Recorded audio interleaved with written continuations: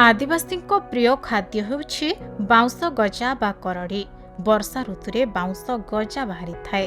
एहाकु संग्रह करी निजे खाइबा सह बजार रे बिक्री करी दी पैसा रोजगार करिथांते आदिवासी संप्रदायर लोके। गजपति जिला पारलाखीमुंडी बजार रे विभिन्न वन्यजात पनिपरिबा फल आसुथबा बेले देखिबाकु मिलिछि बाउंस करड़ी पसरा। धीरे धीरे यही खाद्य प्राय समस्तंको पसंद पलटि गलानी। याकु सुखाई अधिक दिन पर्यंत साइती रखी हुए। केवल वर्षा दिने यह बजार रे बिक्री हेउथबारु चाहिदा ढेर रहिछि। करड़ीर प्रस्तुत तरकारी भजा खटा और आचार भारी स्वादिष्ट, तेणु लोकंकर यह प्रथम पसंद पलटि थाए। कुड़े लागी केणे के 25-30 देउछि।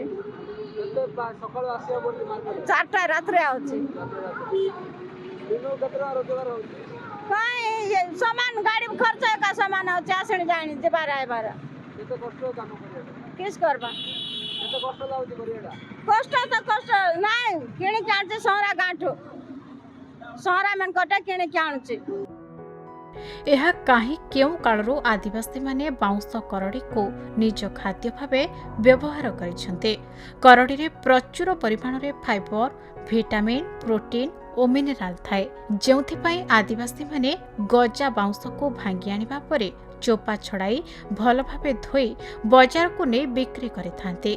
बिक्री पई एहाकु संग्रह करुथबा संग्रहकारी केतोटी करड़ी को मिसाई एक निर्दिष्ट दर रे बिक्री करंती तो आउ कि छोट छोट आकार रे काटी पत्र रे प्रस्तुत दना रे बिक्री करंती।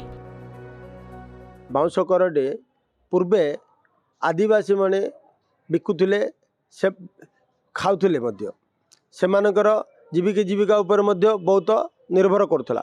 वर्तमान से बाउंस करड़ी समस्ते खाइबा को आरंभ कले।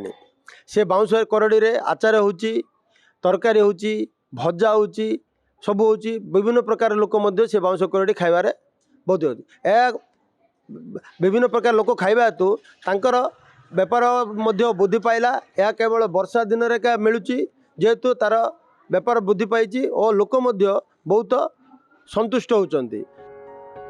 एही करड़ीरो मुख्यतः बेसर तरकारी, भजा, चिप्स सह आचार और चटनी भली विभिन्न प्रकार रे खाद्य प्रस्तुत होइथाय, जहार स्वाद मध्य बेस नियारा।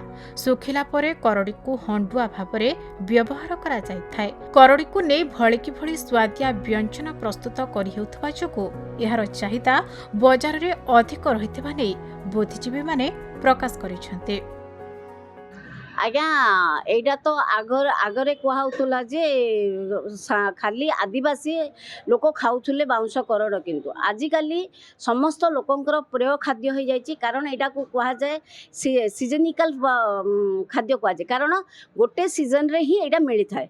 आउ जेहेतु पोटासियम अंश एटारे बेसी थाए, से लोकंकर चाहिदा मध्य वर्तमान बढ़ी जाइए। आपण मार्केट को जिबे सकाल सकाळू देखिबे अधिकांश गाँ गहली लोक आनिकी सिरा को बिकुचंदी और 2 पैसा रोजगार करचंदी और बहुत आनंदर सहित लोक एटा को ग्रहण करुचंदी। गजपति हेमंत प्रधान का रिपोर्ट, खबर ओडिशा।